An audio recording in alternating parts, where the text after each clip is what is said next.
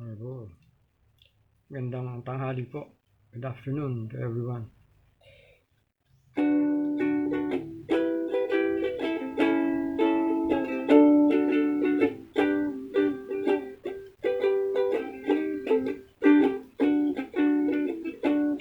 Oh, Sita, Swarupananda, Paramahamsa, Namini, Pura Karuna, Swarupaya, Radha Krishna, Prestayate,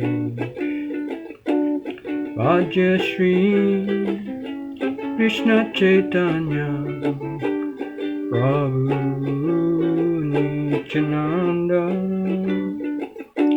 Shri Advaita Gadadhara, Shivasadi Gaur Vrinda, Gopala Govinda Rama, Madana Mohana,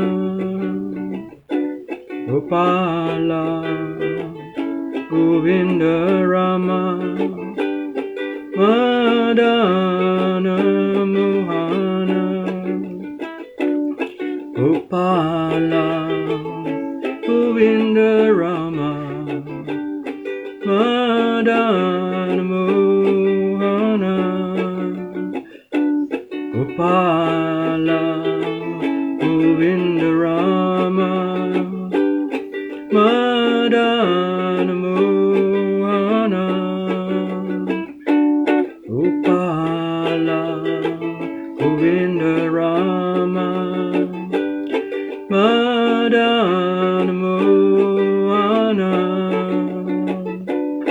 Gopala Govinda Rama, Madana Mohana, Gopala Govinda Rama, Madana Mohana, Gopala Govinda Rama, Madana Mohana, Gopala Govinda Rama, Madana Mohana, Gopala Govinda Rama, Madana Mohana,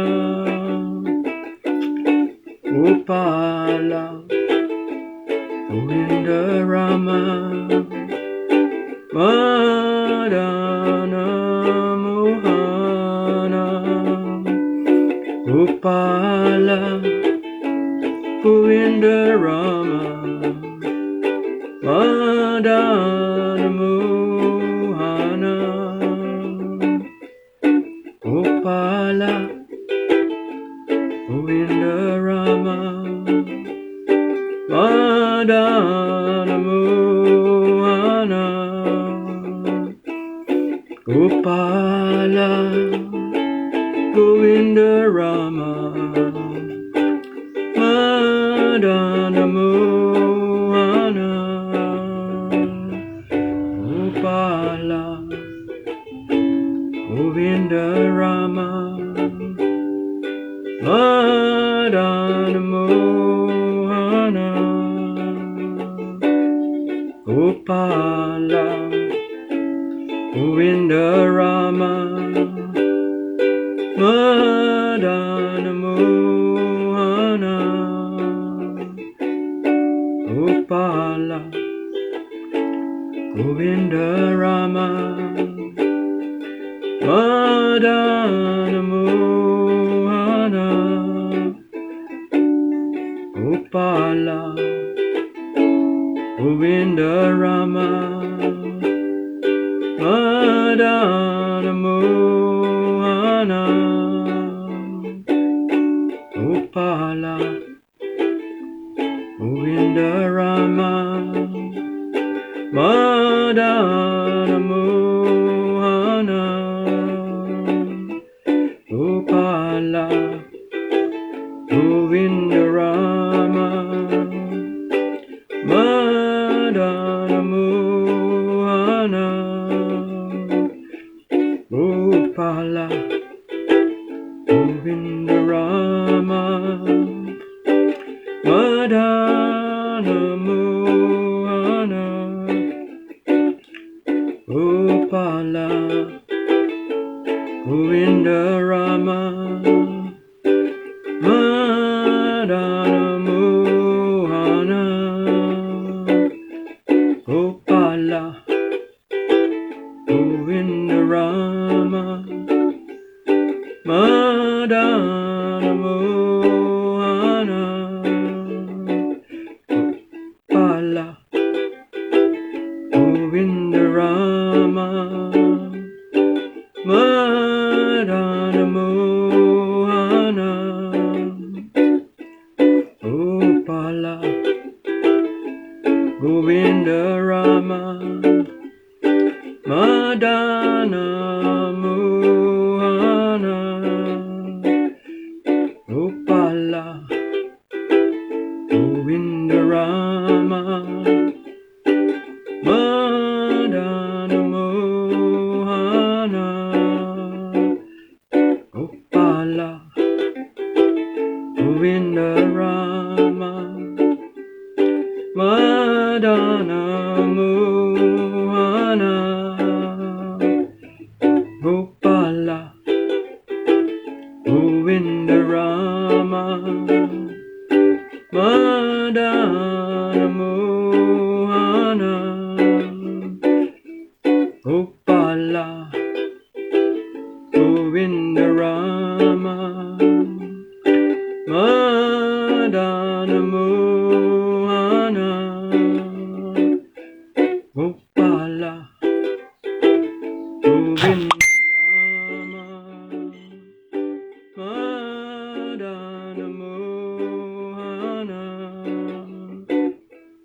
Gopala Govinda Rama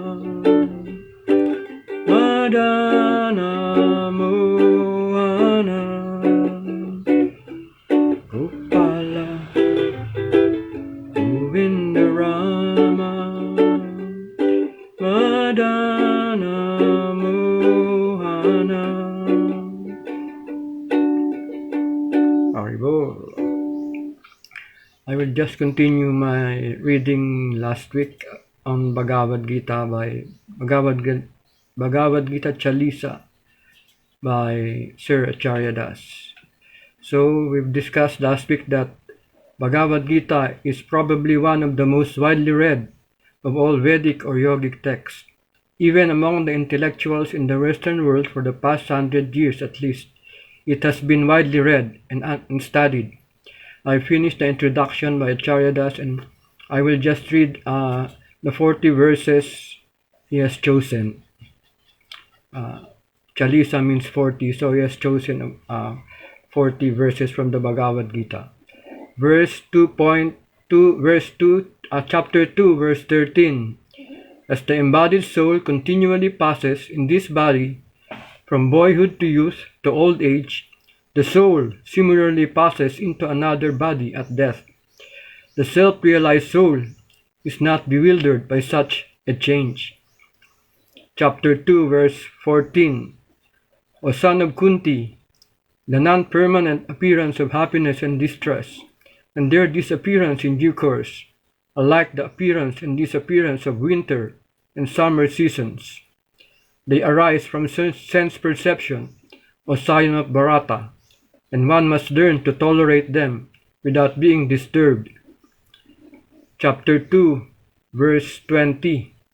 For the soul, there is never birth nor death, nor having once been, does he ever cease to be. He is unborn, eternal, ever existing, undying, and primeval. He is not slain when the body is slain. Chapter 2, verse 22.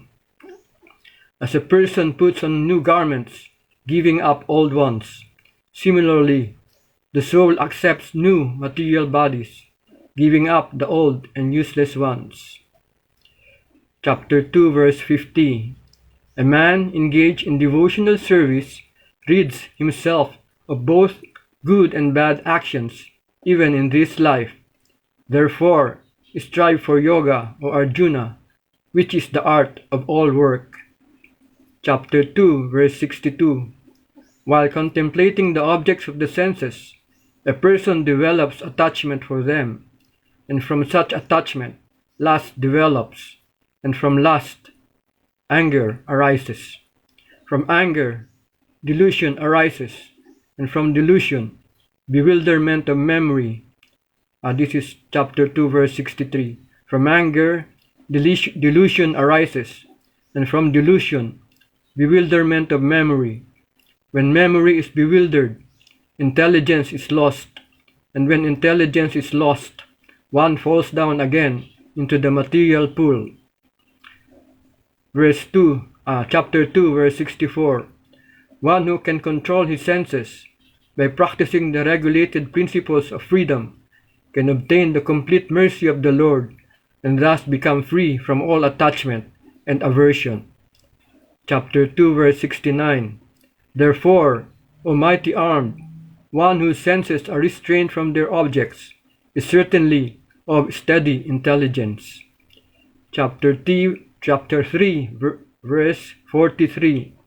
Thus, knowing oneself to be transcendental to material senses, mind, and intelligence, one should control the lower self by the higher self, and thus, by spiritual strength, conquer this insatiable enemy known as lust. Chapter 4, verse 7. Whenever and wherever there is a decline in religious practice, O descendant of Bharat, and the predominant rise of irreligion, at that time I descend myself. Chapter 4, verse 8. In order to deliver the pious and to annihilate the miscreants, as well as to re-establish the principles of religion, I advent myself millennium after millennium. Chapter 4, verse 10. Being freed from attachment, fear, and anger, being fully absorbed in me, and taking refuge in me, many persons in the past become purified by knowledge of me, and thus they all attained transcendental love for me. Chapter 4, verse 34. Just try to learn the truth by approaching a spiritual master. Inquire from him submissively, and render service unto him. The self-realized soul can impart knowledge unto you, because he has seen the truth. Chapter 4, verse 38. In this world, there is nothing so sublime and pure as transcendental knowledge. Such knowledge is the mature fruit of all mysticism, and one who has achieved this enjoys the self within himself in due course of time. Chapter 5, verse 6. Unless one is engaged in the devotional service of the Lord, mere renunciation of activities cannot make one happy. The sages, purified by works of devotion, achieve the supreme without delay. Chapter 5, verse 18.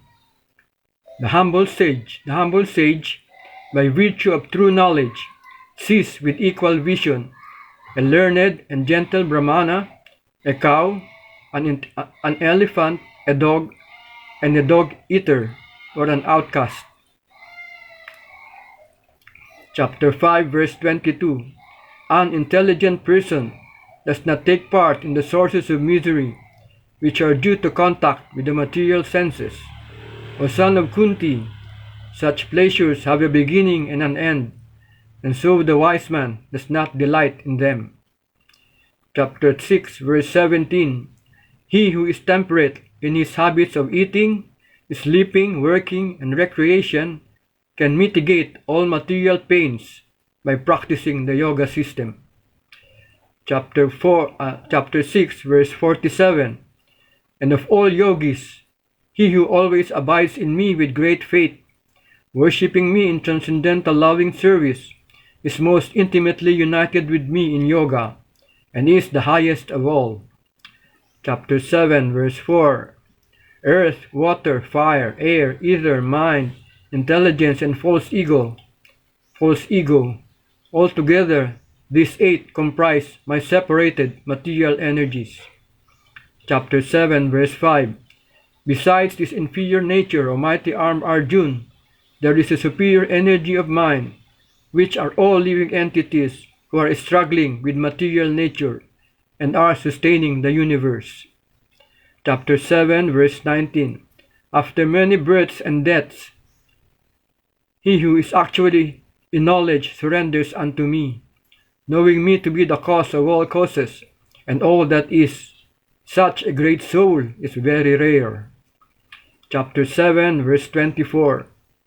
Unintelligent men who know me not think that I have assumed this form of personality. Due to their small knowledge, they do not know my higher nature, which is changeless and supreme. Chapter 8, verse 6. Whatever state of being one remembers when he quits his body, that state he will attain without fail. Chapter 8, verse 7. Therefore, Arjuna, you should always think of me in the form of Krishna, and at the same time carry out your prescribed duty of fighting. With your activities dedicated to me, and your mind and intelligence fixed on me, you will attain me without doubt. Chapter 9, verse 2. This knowledge is the king of education, the most secret of all secrets. It is the purest knowledge, and because it gives direct perception of the self by self-realization, it is the perfection of religion. It is everlasting, and it is joyfully performed. Chapter 9, verse 22. But those who worship me with devotion, meditating on my transcendental form, to them I carry what they lack, and preserve what they have. Chapter 9, verse 26. If one offers me with love and devotion, a leaf, a flower, fruit, a water, I will accept it. Chapter 9, verse 27. O son of Kunti, all that you do, all that you eat, all that you offer and give away, as well as all austerities that you may perform, should be done as an offering unto me. Chapter 10, verse 8. I am the source of all spiritual and material worlds. Everything emanates from me. The wise who know this perfectly engage in my devotional service and worship me with all their hearts. Chapter 10, verse 10. To those who are constantly devoted and worship me with love, I give the understanding by which they can come to me. Chapter 10, verse 11. Out of compassion for them, I, dwelling in their hearts, destroy with a shining lamp of knowledge the darkness born of ignorance. Chapter 10, verse 41. Know that all beautiful, glorious, and mighty creations spring from but a spark of my splendor. Chapter 14, verse 4. It should be understood that all species of life, O son of Kunti, are made possible by birth in this material nature, and that I am the seed-giving Father. Chapter 15, verse 15. I am seated in everyone's heart, and from me come remembrance, knowledge, and forgetfulness. By all the Vedas am I to be known. Indeed, I am the compiler of Vedanta, and I am the knower of the Vedas. Chapter 16, verse 21. There are 3 gates leading to this hell: lust, anger, and greed. Every sane man should give these up, for they lead to the degradation of the soul. Chapter 17, verse 15, the last verse. Austerity of speech consists in speaking truthfully and beneficially, and in avoiding speech that offends. One should also recite the Vedas regularly. I offer my respects to Sir Acharya Das.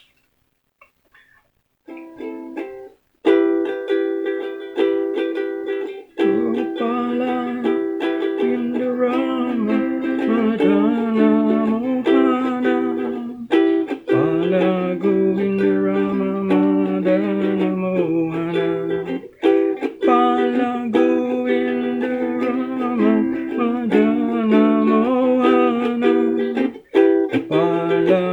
Govinda Rama Madana Mohana Bala Govinda Rama Madana Mohana Gopala Govinda Rama Madana Mohana Gopala Govinda Rama Madana Mohana Gopala Govinda Rama Madana Mohana Gopala Govinda Rama Madana Mohana Gopala Govinda Rama Madana Mohana Gopala Govinda Rama Madana Mohana Gopala Govinda Rama Madana Mohana Gopala Govinda Rama Madana Mohana Gopala Govinda Rama Madana Mohana Gopala Govinda Rama Madana Mohana Gopala Govinda Rama Madana Mohana Gopala Govinda Rama Madana Mohana Gopala Govinda Rama Madana Mohana Haribo Nitai Gaur Nitai Gaur Haribo Haribo Nitai Gaur Nitai Gaur Haribo Haribo Nitai Gaur Nitai Gaur Haribo Haribo Nitai Gaur Nitai Gaur Haribo Haribo Nitai Gaur Nitai Gaur Haribo Haribo Nitai Gaur Nitai Gaur Haribo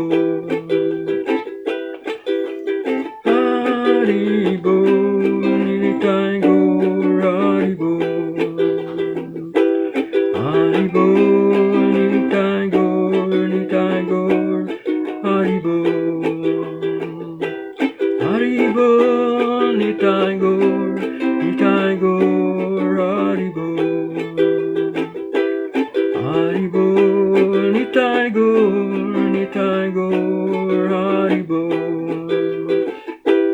Haribo Nitai Gaur Nitai Gaur Haribo Haribo Nitai Gaur Nitai Gaur Haribo Haribo Nitai Gaur Nitai Gaur Haribo Haribo Nitai Gaur Nitai Gaur Haribo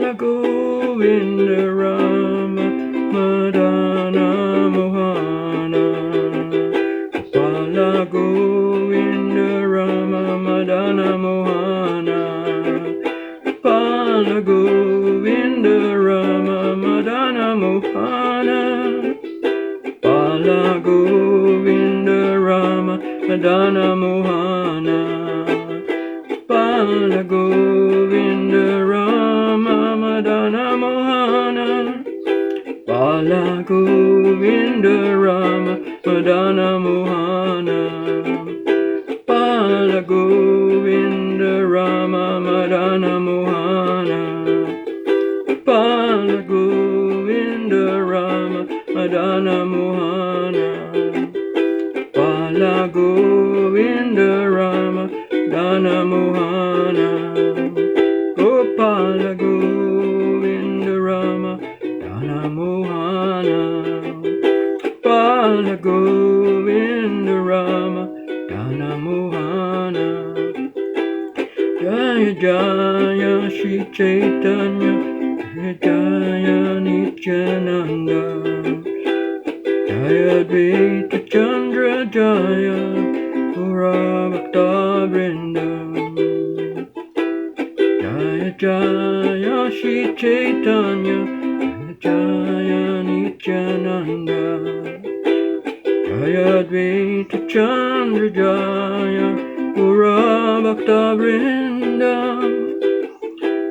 Jaya Jaya Srila Prabhupada Jaya Jaya Srila Prabhupada Jaya Jaya Srila Prabhupada Jaya Jaya Srila Prabhupada Jaya Jaya Srila Prabhupada Jaya Jaya Srila Prabhupada. Haribol. Please accept my respects, everyone. Namaste.